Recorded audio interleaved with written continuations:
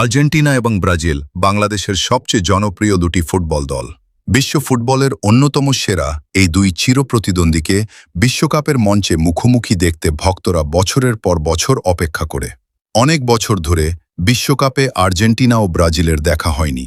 2022 বিশ্বকাপে ব্রাজিল যদি কোয়ার্টার ফাইনালে ক্রোয়েশিয়ার কাছে না হারত, তাহলে ফুটবল প্রেমীরা হয়তো সেমিফাইনালে আর্জেন্টিনা বনাম ব্রাজিলের একটি ঐতিহাসিক ম্যাচ দেখতে পেত।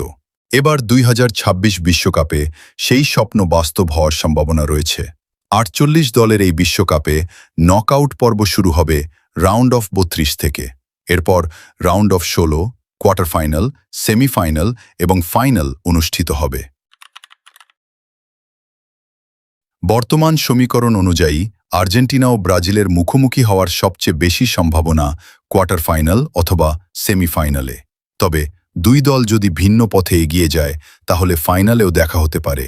রাউন্ড অফ 16 মুখোমুখি হওয়ার সম্ভাবনাও আছে, তবে সেটি তুলনামূলকভাবে কম। দুই দলের মুখোমুখি ইতিহাসও দারুণ রোমাঞ্চকর।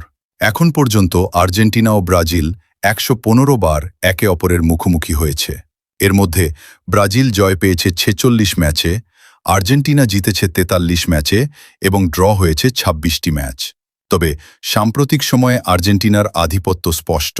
শেষ 5 দেখায় ব্রাজিল আর্জেন্টিনাকে হারাতে পারেনি।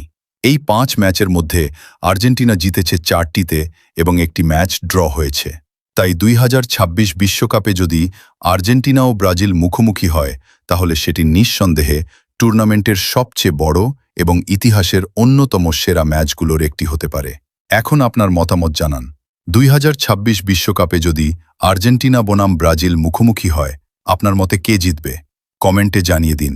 ভিডিওটি ভালো লাগলে লাইক, শেয়ার এবং সাবস্ক্রাইব করতে ভুলবেন না।